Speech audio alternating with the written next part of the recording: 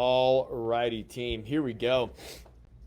All right, so today we got a very interesting topic. Super pumped up. We're going to be talking about sugar and all the fun stuff that goes with it. So I'm bringing you these Facebook Lives every Monday and every Wednesday. Every Monday and Wednesday at 12:15. We got some really cool topics that we're going to be breaking down each week. I'm also doing a free webinar. That webinar is going to be next Friday, January 20th at 12 o'clock.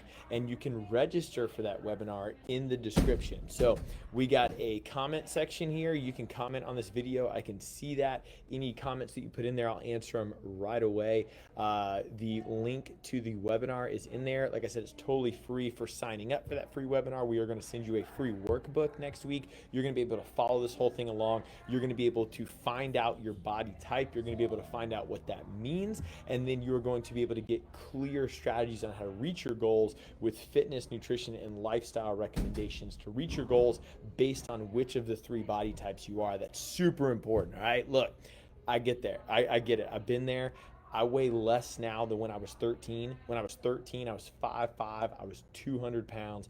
Hated everything about my life and what was going on. And it wasn't until I started asking the right questions that I started getting the right results. It wasn't about just eating less and exercising more. It was about figuring out the right questions to ask so I could then start getting the right answers, not just do this and figure it out. How do I need to do it? So that kind of stems everything that we're going to talk about today, and I want to hear from you. So as we go through this, please drop some questions below. All that's going to do is help me help you. All right. So number one is we're going to talk about sugar. That's all we're going to do. We're going to talk about sugar, and it's actually, check this out. I'm going to show you some good things about sugar, because I know you'd probably think sugar's the devil, and it kind of is, but I'm going to show you some good things about sugar. I'm going to talk to you about what it is, where it comes from, what types of sugar you would want, and why do you even need to pay attention to it, all right? So number one, what is sugar, all right? So sugar's a food, all right? But it's kind of tricky in the sense of there's only four things that have calories. The only four things that have calories are carbs, fat, protein, and alcohol. Carbs, fat, protein, and alcohol. Those are your macronutrients. And since you don't want to live on alcohol, you really just want to focus on carbs, fat, and protein, right? So sugar itself doesn't have any calories. Like, it's not like carbs, fat, protein, sugar. Like, wait, what? No, carbs, fat, protein. So sugar comes from carbohydrates. That doesn't mean that carbohydrates are the devil, all right? So it's how you do it, and that's what we're going to talk about today. So you need carbs to live, all right? But let's just talk about how you get sugar in your body, all right? No opinion yet. Let's just talk about sugar. If you eat carbohydrates, so you eat a sandwich or you eat a pizza or a bagel or something like that, it's carbs, and then it goes into your body and it becomes glycogen. Glycogen is the stored form of carbohydrates inside your body, and you need that because glycogen is what lives inside your muscles. If you want to do like some cool bicep curls or you want to squat, your muscles contract with glycogen, so you do need that. When you're doing a race or when you get trail mix because you're out there hiking or whatever, you are taking in carbohydrates or glycogen. That then turns to glucose. Glucose is the actual sugar in your body. And check this out, you need glucose. Did you know without glucose you would die? That's crazy, right? So glucose is is what helps your brain function. Your brain is made of 70% fat, but in order for the insides of it to work, it needs sugar or glucose. In order for you to run, you need sugar or glucose. In order for your muscles to contract, you need sugar and glucose. In order for you to be explosive, to jump on a box, to play a sport, to do a squat, to do anything quickly, glucose is used in every muscle contraction. I am using glucose right now, all right? I'm using glucose. If I put a weight on it and I did weighted finger curls, then I'm using more glucose. You get how that works? It's not that you can't eat sugar. To enter this idea of like, no sugar ever for the rest of my life. Okay, great. You won't be able to think. You'll be extremely tired. Every cell in your body is going to start using this thing. The problem is how much of it you use and the type of sugar that you take in. That's what we're going to talk about. I'm going to even give you recommendations today on how much sugar to take in throughout an entire day, where to get your sugar from. Because again, I'm not telling you not to eat it. You need to know the right questions to ask. The right questions to ask are, where should I get my sugar from? How much should I be eating? And what does sugar do to my body? When should I take that sugar in? All right, so we're going to break this stuff down. Okay, so that's what sugar is. It does have some good things, like I said, like gives you energy, keeps you going. You know, you're going to eat it when you're running and stuff like that. It has a downfall, though, and that downfall is it makes you really fat. So that's terrible, right? Sugar is like the number one driver. It is the thing that makes you store fat. Fat does not make you fat. Sugar makes you fat. Sugar, carbohydrates, yeah, excess calories. But what happens in those excess calories, even if I eat too much protein, that turns into sugar. It turns into sugar in my body when it's at excess. The sugar tells my body to store fat. So how does it do that? How does sugar tell your body to store fat? Check this out. Let's ask some questions here. Let's ask some real deep questions. Don't worry about getting fat. Worry about why you get fat. And why do you get fat in certain areas?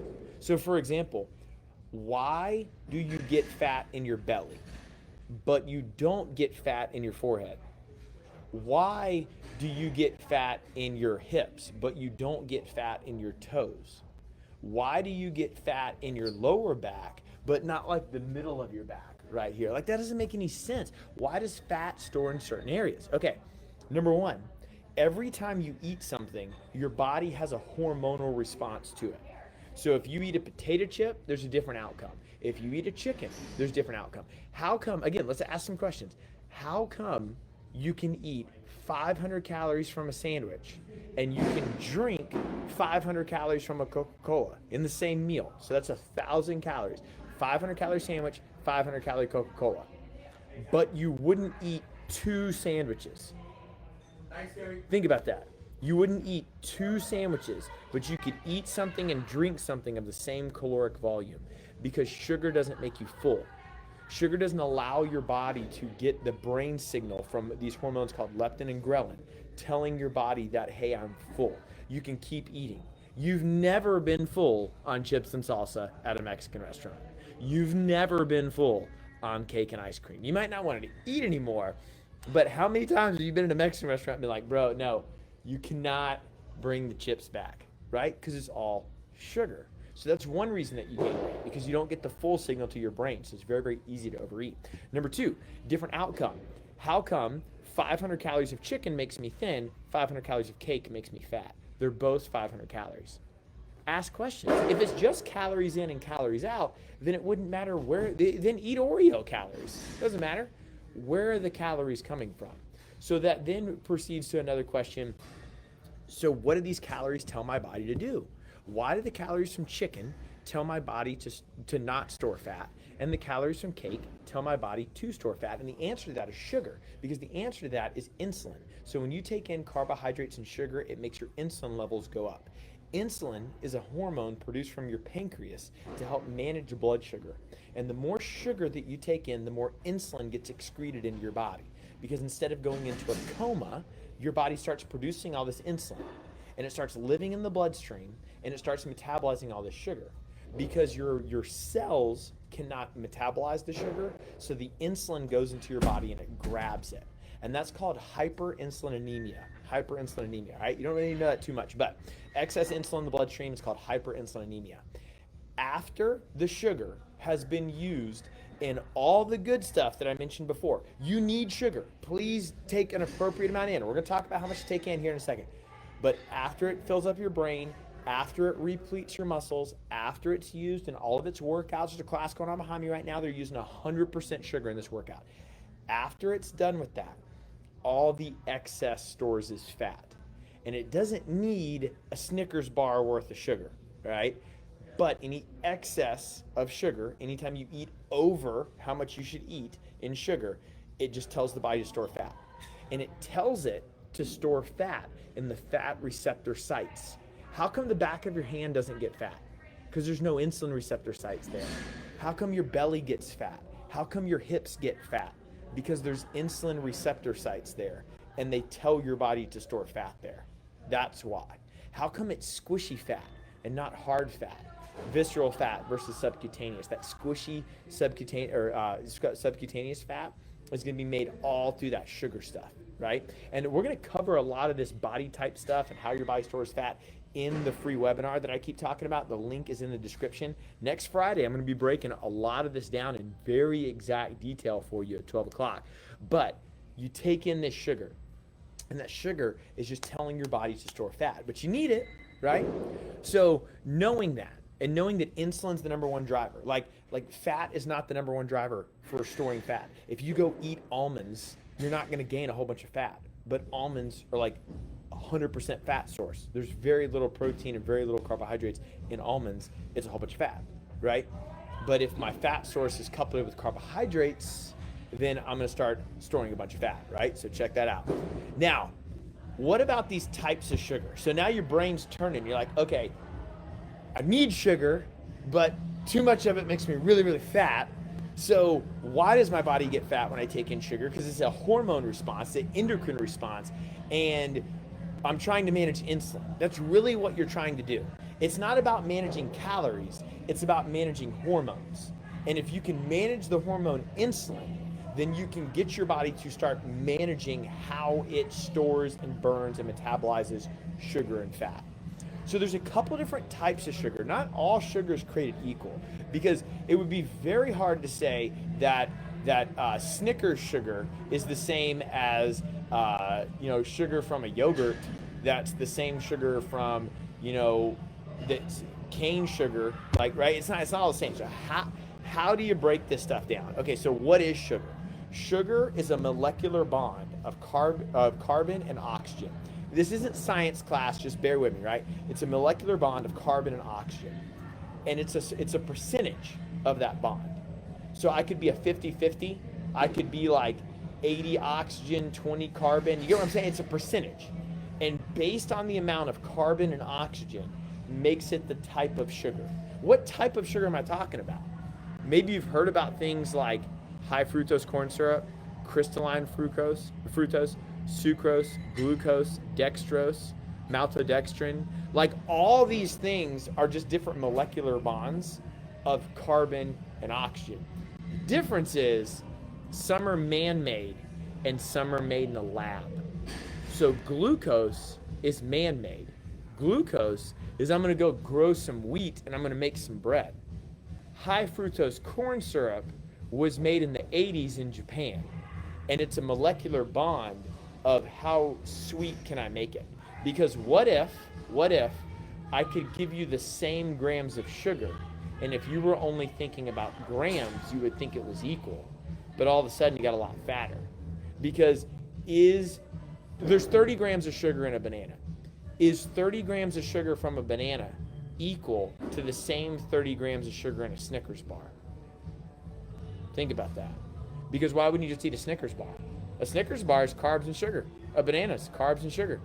30 grams of carbs, 30 grams of sugar in a banana. Why do you eat bananas, not Snickers? It's the type of sugar and where it comes from. So check this out. You have glucose. Glucose is your best source of sugar if you're trying to keep your blood sugar low. So when you look at food, it's measured on a sugar sweetener scale, meaning that when I take the food in, how much does it make my blood sugar go like this? Because if I put sugar in my bloodstream and the blood sugar goes up, my body is now going to have to excrete more insulin to manage this. And it's going to do that to make sure I don't die. But in the process of doing that, it's going to tell my body to store fat. So in essence, if I can keep my blood sugar moderate or lower, I do need an amount, a regular amount.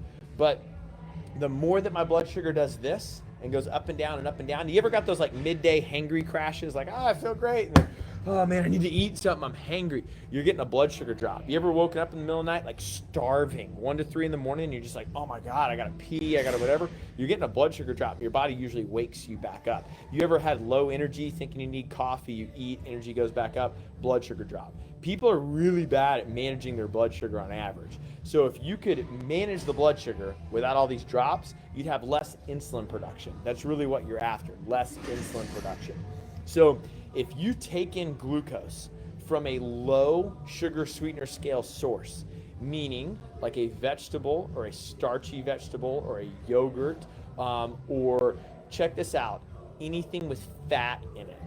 Fat helps regulate insulin levels and blood sugar. So the example to that would be, did you know, check this out, skim milk, meaning fat, milk without fat, makes your insulin levels go super, super high. And if you flip over the skim milk, you're like, oh look, no calories, no fat, oh, there's no sugar. Insulin is, blood sugar is massively affected off lactose. Lactose is a very, very high sugar sweetener scale product. That's why I use a lot of almond milk. But if you took in whole milk, even though you're taking in a little bit more calories, calories don't make you fat. It's what the calories tell your hormones to do that makes you fat. So it actually does not raise insulin as high.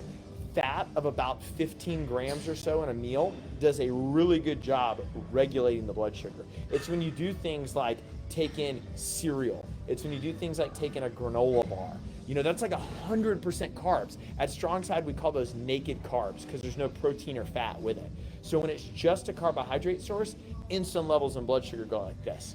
But going back to that glucose, glucose is 50-50.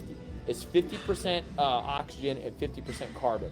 So you're not getting as big of a blood sugar drop or increase. You're getting a normal, steady, I have energy thing.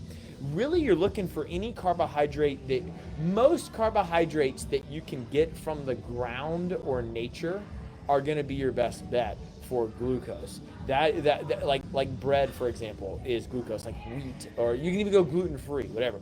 But there's not very much sugar in it, so it's not going to spike it up a whole lot. I didn't say white processed Wonder Bread. I said like natural bread, right? But like I said, you do like a Greek yogurt, or you could do any, like a vegetable, whatever, is going to keep it more glucose based, right? List goes on and on.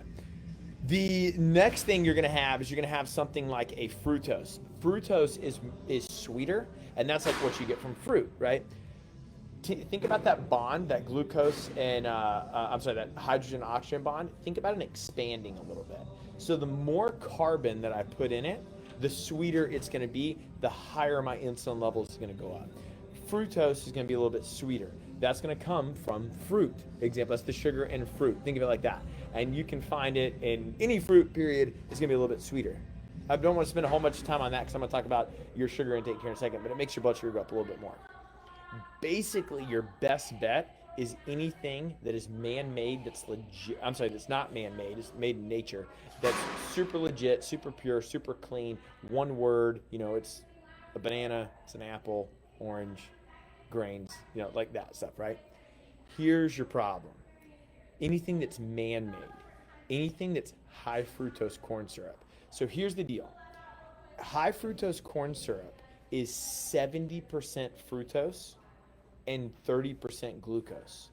So what that looks like to you is you say, I'm going to eat 10 grams of sugar. And if I get 10 grams of sugar from, let's use an easy example. Let's use broccoli. Because, you know, broccoli is all carbs, which means it's going to break down the sugar in your body. But it's a very low glycemic index or sugar sweetener scale food. So it's 10 grams of carbs. And then if I get 10 grams of carbs from, I'm going to use an extreme example, a donut that has high fructose corn syrup in it, it's 10 grams versus 10 grams. But this 10 grams from the donut has high fructose corn syrup in it. That means every gram of sugar that I'm eating, 70% of it is fructose, which means it has a massive increase on my insulin and my blood sugar. Where over here, these 10 grams are not. They're glucose. So I'm looking at the same 10 grams, but it's not the same 10 grams. What that looks like to you is things like 100-calorie snack packs. It looks like naked carbs, carbs without fat and protein. So when you do something like a 100-calorie snack pack, that is 25 grams of carbohydrates. Packed, look at the ingredient list. I did a video the other day on how to read your food label. You look at the ingredient list and it says the sugar comes from high fructose corn syrup. That just means that your sugar is going to be sweeter, but you think you're eating less grams, but the impact on your body is much, much higher. The reason for that is the FDA allows for like this 20% margin, meaning that you can market a food for less calories, like 100 calories, but it'll make you feel like you're taking in 120 calories, right? So you want to look at what the food is coming from, because then there's even another one. There's crystalline fructose, and crystalline fructose is like freaking meth, right? It's 90% fructose and 10% glucose in every molecule. So I'm looking at the same grams, because I'm about to tell you how much sugar you want to eat in a day. When I look at the grams and I say, oh, I didn't eat that much sugar. Oh, this has low sugar. Oh, I did. I'm with you. But what is happening to it? They're just like drugs.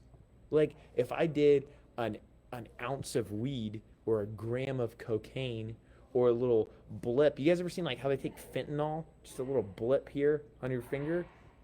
Take 2 blips, you're dead, right? So think of it like that. Sugar actually follows the same biochemical pathways in your body as cocaine. So it's very addictive. It's very like I need a response to it. Your hormones take over. You're looking around for food and you're like, I gotta get some sugar, man. It's freaking crazy. But what is that gram made up of? Is it made up of glucose, fructose, high fructose corn syrup, or crystalline fructose? And all that junk, all your man-made processed junk, flip over your food. Flip over your whatever you think is your healthy protein bar, flip over your healthy cereal, flip over whatever. More often than not, what they're going to try to do is genetically engineer the food to make it taste better for you. So then you can be like, oh, look, this is low sugar. Yeah, but they put drugs in it to make it taste better. So your low sugar is actually spiking your insulin like crazy and spiking your blood sugar, so you're storing a bunch of fat. So you think that you're doing good by eating less calories, working out really hard, eating low sugar, and you still got belly fat. It doesn't make any sense. Where's the sugar coming from? Your goal, check this out, drum roll please, is 50 grams of sugar a day. If you can stay under 50 grams of sugar in an entire day, it's pretty stinking good. So how do you do that, right? Because a banana has 30 grams of sugar. All right, so here's what I would recommend doing. Let's start 50 grams of sugar a day. Number one, when you take in things that have sugar, do not eat them naked. Make sure you have clothes on. What? No, it's not what I mean by that at all. All right, so look, we say that at Strong Side a lot. No naked carbs. It's one of our 5 minimums. We're going to review these 5 minimums next week in the webinar, right? Next week, if this is interesting to you, I'm telling you, dude, look, right now, click on this link below. I'm doing a free private webinar next Friday, 12 o'clock. You're getting a free workbook for attending this webinar. Only the people registered for the webinar will get the webinar resent back out to them to watch it. But it's going to be next Friday, 12 o'clock. You got to register for it. And I'm going to break all this down. You're going to find your body type. Are you endomorph, mesomorph, or ectomorph? How to make changes based on your body type to reach your goal. And a lot of this is going to be broken down in there, right? But when you take in sugar, so your goal is 50 grams, right? When you take in sugar, no naked carbs. Do not eat the carbs alone, meaning that I'm just going to have granola. I'm just going to have raisins. I'm only going to have a banana. Like, I don't care that it's just fruit. You can't just slam blueberries into your face. It's still sugar. Like, it's a better, healthier sugar. I get that there's antioxidants, there's all this stuff. Like, I'm not saying don't eat it. No naked carbs. They need to be involved in a meal of carbs, fat, and protein. Every single time you're eating carbs, fat, and protein. Don't try to do meal snack. Your blood sugar is going to go like this. Is what it's going to do. You want steady blood sugar throughout the day because you'll have less insulin production when you do that. So you'll have less belly fat and less midsection weight gain. So 50 grams total. Every time you eat throughout the day, no naked carbs. You're eating carbs, fat, and protein every single meal. Now, number 2, if you're really concerned, if you're listening to this right now and you're like, bro, I am belly fat central. Like, that's how I was at 13 years old. When I was 5'5" and 200 pounds, I was standing in the shower, looked down, couldn't see my feet. Like, I mean, it was all in my belly, my love handles. I looked like a potato with spaghetti noodles. Like, there was just nothing. That's right, I said it, potato with spaghetti noodles. I had nothing on my arms, nothing on my legs, and I was just all in my midsection. And if it's not hard Hard fat is visceral fat. That's very dangerous. It means it's going under the muscle, into the organs. We're going to break that down next week in the webinar when I talk about the different body types and how they respond to fat storage. But most people in their belly have subcutaneous belly fat, this squishy fat, all right? If that's you, if you're like, ding, ding, ding, ding, that's me, I would strongly recommend getting off dairy. So when you're looking at your sugar intake and you're looking at the types of sugar that you're taking in, lactose is very tricky. I deal with a lot of type 1 diabetics that they don't pay attention to lactose, but they don't understand why their blood sugar is going all over the place like this, not realizing that they eliminated things like whey protein shakes or eliminated things like milk in their cereal, you know, whatever, they would actually start seeing less insulin and less blood sugar, so less belly fat, or in their case, better management of their insulin levels, all right? So what I would recommend, if that's you, ding, ding, ding, get off dairy, because that lactose enzyme, there's a really good, so I'm not like totally against dairy, but there's a really good argument that our bodies were not designed to take in lactose, because how you would get lactose is from an animal. And we weren't really designed to just go up to a cow and start milking it and drink its milk, right? What'd you have to do to an animal? You had to tame it, then you had to start drinking it. There's a lot of good research that people were like dying instantly from drinking milk way back in the day. But that's a whole nother argument. I drink milk. I'm not saying don't do it. I drink a ton of almond milk. That's like my main thing. I would do almond milk, not soy-based anything, but almond milk, and that will do a much better job if you're struggling to stay under the 50 grams of sugar in a day. And when I say sugar, what I mean by that is look at the food label. And if I'm going to put a link in so when this gets recycled on YouTube, I'll put a link to my how to read a food label video in there. But what I'm saying about sugar, I'm not talking about carbohydrates minus fiber. And no, I'm saying, look at the food label, see where it says sugar, how many grams of sugar in there. Like rice, 40 grams of carbs. Great. Sugar, 0. Okay, so 0 grams of sugar, right? So, Liz, real quick, Liz said, what about oat milk? Really good question. That actually oat milk will not raise your blood sugar as high. But you just got to be careful that there are carbohydrates in oat milk. So like if you're trying to have if you're not factoring that in, and then like I can get kind of sneaky, all of a sudden there's, it's pretty high. I mean, there could be 25 grams of carbs in oat milk. So just like be aware of what you're pouring in there, but oat milk will not raise the blood sugar or raise the insulin as high as, let's say, skim milk. If you don't believe me, just go Google it. Like look at the trend of it since like the 1960s of the massive increase of skim milk, and then telling the U.S. population to take in less fat, and watch the obesity curve go almost linear with that. Christy Culpepper, what is the best milk substitute? I like almond milk. I mean, I really, really like almond milk. I think it's pretty chill. As far as like, if you're looking for something that's like milk but not, for creamer, for those of you guys, like coffee creamer is a real neat way to navigate it a little bit. I'm trying to look in the fridge here at the gym. Nut pods. Nut pods are really good for coffee creamers and I guess milk substitutes that's what you're using it for. But so if you're really looking for a milk, so again, I'm not saying don't take in milk. I am kind of saying maybe don't drink like a glass of milk. But if you had a certain amount of calories, like I see some comments going on, like I don't like almond milk or whatever. Steer towards the whole milk. That's kind of like where I'm going with this. Like I'm saying that like if you had X amount of calories to eat throughout the day, and you were trying to do skim milk to eat less calories, I would rather you just trade some of those calories for a whole milk because of the fat intake in there. The lactose enzyme will not be able to produce as much insulin, and that way you can still enjoy the milk that you like rather than feeling like you have to go to something that you don't like. And I think that would be a better option in general for you.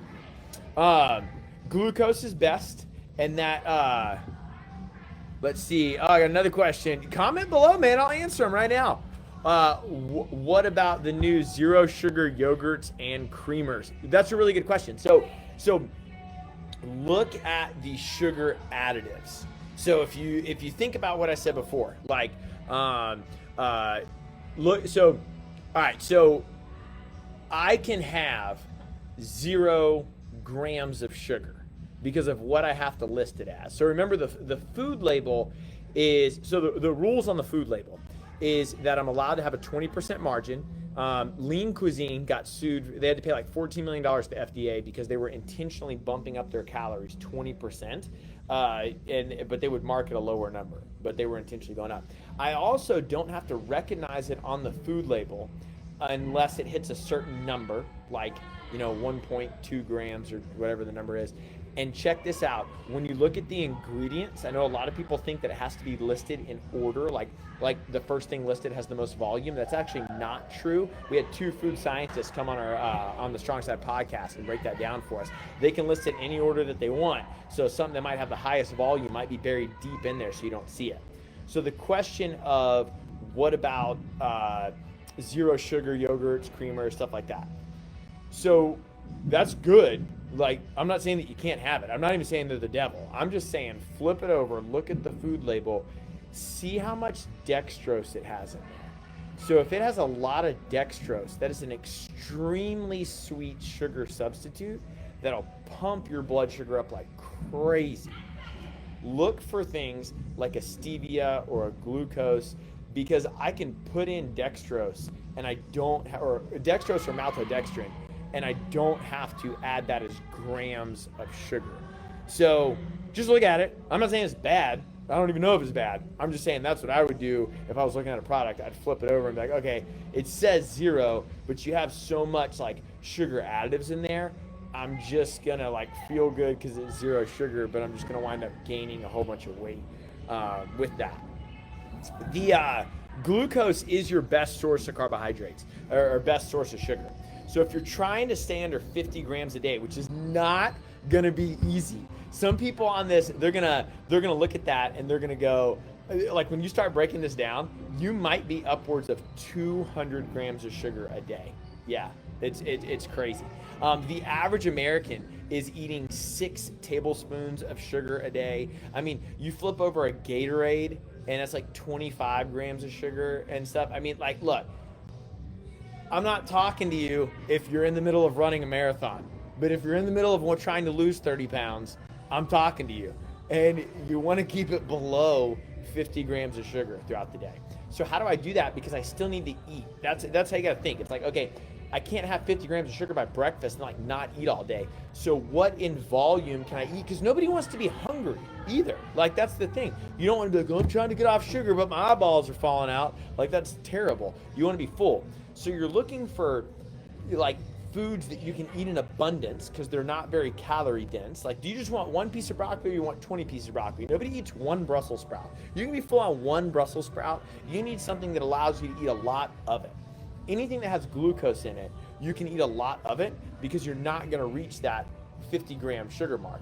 I truly focus on that a lot. If you meet with me, if you meet with our nutrition coaching team, a lot of you guys work with our nutrition coach, Bree. She runs our nutrition department here. Like, overeat in broccoli and tell me how much weight you're going to gain. You're not. Eat as many chicken breasts as you want and then sue me if you gain 50 pounds. That's not going to happen. It's going to happen from like the 500 calories of salad dressing that you put on there is what's going to happen. So if you look at something that comes from glucose, like a vegetable or a sweet potato, I can eat a lot of that. Like, I can eat an entire sweet potato, get my needed carbohydrate volume. I say an entire sweet potato, it's only like 35, 40 grams of carbs. Like, that's not over like a normal meal. And I'm going to have like virtually 0 sugar in it. And that sugar would be coming from glucose, so it's not going to spike my insulin levels really high. That's what I'm looking for. I'm looking for more glucose-based sugar sources to be able to do that. And those are some good markers for you. So I'm going to be on here another minute or so as I kind of wrap this up. But I got like 4 or 5 things to break down. But just to recap as we're going through this. Number 1, if you have not registered for the webinar, it is next Friday. So a week from, what's today? Wednesday? 9 days from now. All right.